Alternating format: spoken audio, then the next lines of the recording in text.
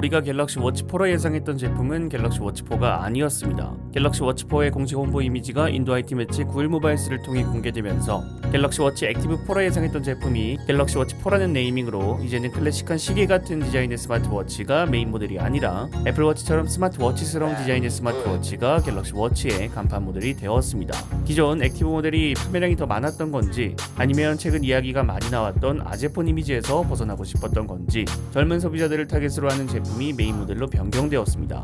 그렇다면 우리가 원래 갤럭시 워치 4라고 예상했던 일반적인 시계 같은 디자인의 갤럭시 워치 네이밍은 어떻게 될 것인가? 우리의 예상에서 크게 벗어나지 않았습니다. 안드로이드 헤드라인의 단독 보도를 통해 갤럭시 워치 4 클래식의 공식 렌더링이 공개되었습니다. 우리가 예상했던 대로 시계 같은 디자인의 갤럭시 워치는 갤럭시 워치 4 클래식입니다.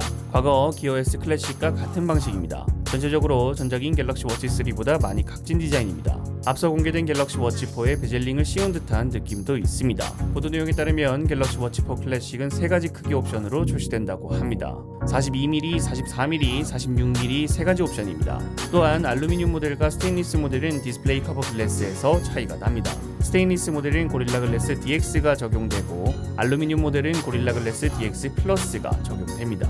차이는 스크래치를 더 버티는 정도의 차이가 있다 합니다. 전작과 가장 큰 차이가 나는 부분은 워치4와 동일하게 스트랩 체결부가 본체와 딱 맞는 곡선 형태로 변경되었습니다. 그렇기 때문에 기존 갤럭시 워치의 스트랩은 워치4 시리즈와 호환되지 않을 수도 있습니다. 다음으로 변경된 부분은 우측의 물리 버튼입니다. 높이가 높은 원 모양의 버튼이었던 전작과 다르게 워치4 클래식은 높이가 낮은 사각형 버튼을 채택했습니다. 마지막으로 전작들에선 베젤링과 외부 프레임 색상이 투톤인 게 호불호가 많이 갈렸었는데 드디어 워치4 클래식에선 색상을 통일했습니다. 이번 워치4 클래식 전체적으로 갤럭시 워치 3보다는 갤럭시 워치 1과 비슷한 느낌의 디자인입니다. 전작의 디자인은 좀 중구난방하다는 느낌도 있었고 메인 컬러가 브론즈 색상이라는 거에서 거부감도 좀 있었는데 워치4 클래식에서 깔끔하게 정리했다는 느낌이 듭니다. 저는 개인적으로 원래는 액티브 모델, 즉 스마트워치스러운 스마트워치 디자인을 좀 더 선호하는데 이번 워치4 시리즈는 이상하게 클래식이 좀 더 낫지 않나 생각이 드네요. 갤럭시 워치 4와 갤럭시 워치 4 클래식은 8월 언팩 행사에서 공개될 것으로 예상됩니다. 판매 규모는 필립 시리즈가 더 크더라도 다가오는 8월 언팩 행사의 주인공은 당연히 갤럭시 Z 폴드 3입니다.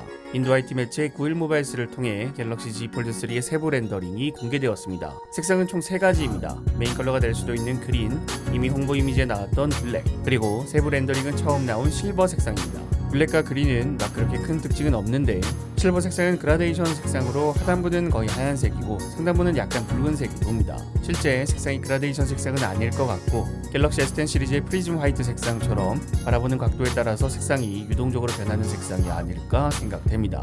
카메라 디자인은 알려졌던 대로 세로 배열의 트리플 카메라 그리고 카메라 렌즈 밑에 LED 플래시가 배치되어 있습니다. 카메라는 일전에 예상되었던 대로 아이폰 11처럼 카톡톡 T입니다. 1차적으로 카메라 범퍼 부분이 돌출되어 있고 카메라 렌즈 하나하나마다 돌출되어 있습니다. 다음은 전면 디스플레이입니다. 전면 디스플레이가 전체적으로 둥글둥글해졌습니다. 갤럭시 Z 폴드 2와 비교를 하면 갤럭시 Z 폴드 2는 곡선이면서도 좀 각진 형태에 가까웠는데 이번 폴드 3는 곡률이 상당히 완화되었습니다. 그리고 폴드 3에서 폴더블 스마트폰 최초로 적용되는 언더 디스플레이 카메라에 대한 부분으로 이번 렌더링에선 카메라가 보이지 않습니다. 커버 디스플레이에선 카메라가 렌더링에 확실하게 나타났는데 이번 렌더링에선 카메라가 보이지 않습니다. 진짜 자세하게 보시면 카메라 부분이 색깔이 약간 다릅니다. UDC가 보이는 게 이 정도라면 의식하고 보지 않는 이상 사용하면서 눈에 띄지 않을 수도 있습니다. 다만 저번 홍보 이미지에서는 카메라가 좀 확실하게 표현이 됐었기 때문에 이건 실제 실물을 봐야 판단이 가능할 것으로 보입니다. 그 외에는 내부 디스플레이에서 변화된 점은 보이지 않습니다. 다음은 커버 디스플레이입니다.